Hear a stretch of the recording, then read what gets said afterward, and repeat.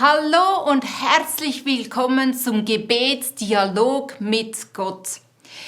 In einer gut funktionierenden Beziehung ist Kommunikation etwas sehr Wichtiges und weil Gott dich liebt, ist ihm ein Dialog mit dir ebenso wichtig. Du kannst ihm einfach sagen, was auf deinem Herzen ist und dann hören, was dir spontan in den Sinn kommt oder vielleicht auch mit einem Bibelvers, wo Gott antwortet. Lass dich darauf ein. Lieber Gott, ich brauche eine Lösung. Ich weiß nicht, wie ich dies oder das handhaben soll. Und du? Du sagst mir, dass du wunderbarer Ratgeber heißt, Gottheld, Ewigvater, Friedefürst. Genau, Gott, diesen wunderbaren Rat, den brauche ich. Ich brauche dich als Held jetzt in dieser Situation. Ich brauche deinen Frieden. Ich brauche, dass du mir jetzt als Vater über der ganzen Situation stehst. Und du? Du sagst, hey, freu dich und juble ohne Ende über das, was ich tue. Wow, Gott. Du tust Dinge für mich, wo ich keine Lösung sehe. Das beeindruckt mich. Ja, sagst du, hey, mach dir keine Sorgen, du kannst in jeder Lage zu mir beten. Sag mir einfach, was dir fehlt und danke mir, weil dann wird dich mein Friede, der alles Verstehen übersteigt, dein Herz füllen und deine Gedanken bewahren, weil du mit Jesus Christus mit mir verbunden bist. Und ich sage, Gott, ich brauche ein Wunder.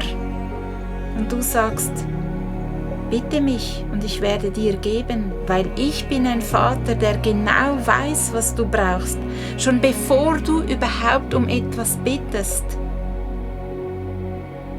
Mich beeindruckt das, Gott.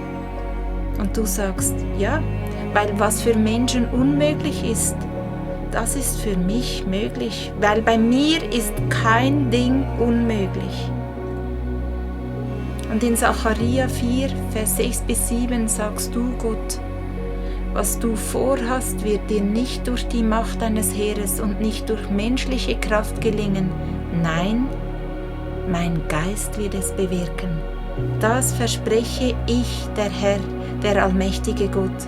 Ein Berg von Hindernissen wird sich vor dir auftürmen, aber ich räume sie aus dem Weg. Gott, das ist genau die Hoffnung, die ich brauche. Und du sagst, ja, ich habe dein Gebet gehört und deine Tränen gesehen. Lieber Gott, genau diesen Glauben brauche ich. Und du sagst, ich habe für dich gebetet, dass du den Glauben nicht verlierst. Ich gebe dem Müden Kraft und Stärke genug dem Unvermögenden.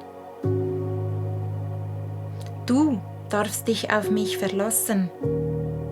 Ich werde das Gute, das ich in dir angefangen habe, auch stetig weiterführen und vollenden. Wow, Gott, so viele Verheißungen, die du mir gibst, für meinen Glauben, für meine Hoffnungslosigkeit, für meine Hilflosigkeit.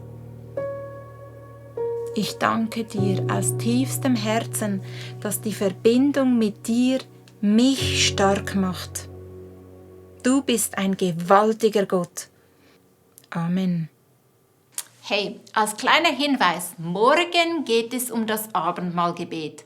Deswegen kannst du vielleicht schon mal Wein und Traubensaft besorgen, ein bisschen Brot bereit machen, dass du das auch richtig anwenden kannst. Oder, falls nicht, kannst du es auch einfach symbolisch mit uns beten.